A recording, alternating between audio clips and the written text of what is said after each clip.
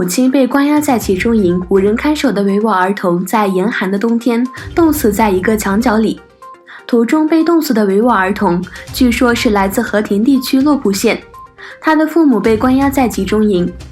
中国当局在东突厥斯坦将数百万维吾尔和其他穆斯林关押在集中营，成千上万的儿童也被称为孤儿。去年12月份，曾有一个叫热赫马图拉的孩子冻死在河里，他的父母也被关押在集中营。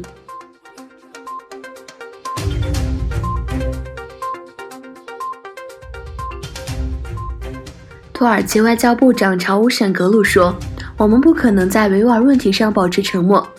查乌什格鲁在土耳其大国民议会发表讲话时提出了维吾尔族问题。他说，过去2周我在吉达和拉巴特的伊斯兰合作组织会议上提出了这个问题。我们不能忽视维吾尔问题，伊斯兰世界和伊斯兰合作组织也负有责任。在访问中国期间，埃尔多安总统向习近平提出了这个问题。习近平邀请土耳其代表团访问新疆，我们正在讨论如何调查实际情况。我们将派一个代表团，我们以前已经派一个代表团到克里米亚。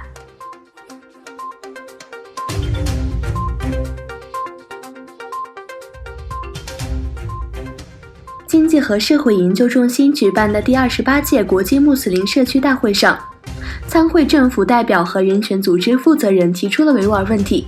土耳其总统最高协商委员会成员布兰特·阿里奇在会议上发表讲话时，强调穆斯林世界应该关注东突厥斯坦维吾尔问题。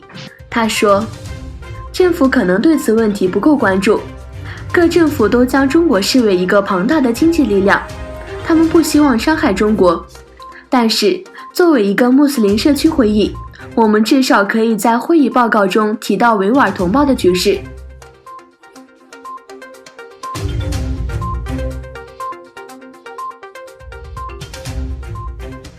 中国外交部16日对厄齐尔有关维吾尔族人的言论作出最新回应。发言人耿爽强调，厄齐尔是被假新闻蒙蔽双眼，被一些不实之词影响了判断。这个事件从厄齐尔13日在推特上谴责中国政府迫害东突厥斯坦维吾尔族穆斯林后延烧至今。除了中国足协出面批评，中国媒体也取消其所属球队最近一场赛事的电视转播。耿爽还表示，欢迎厄齐尔先生有机会到新疆走一走。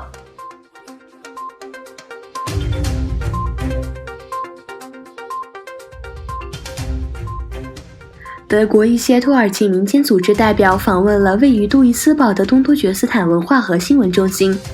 该中心主任卡拉卡什说，一些土耳其和伊斯兰世界民间组织不关心东突厥斯坦维吾尔穆斯林的局势。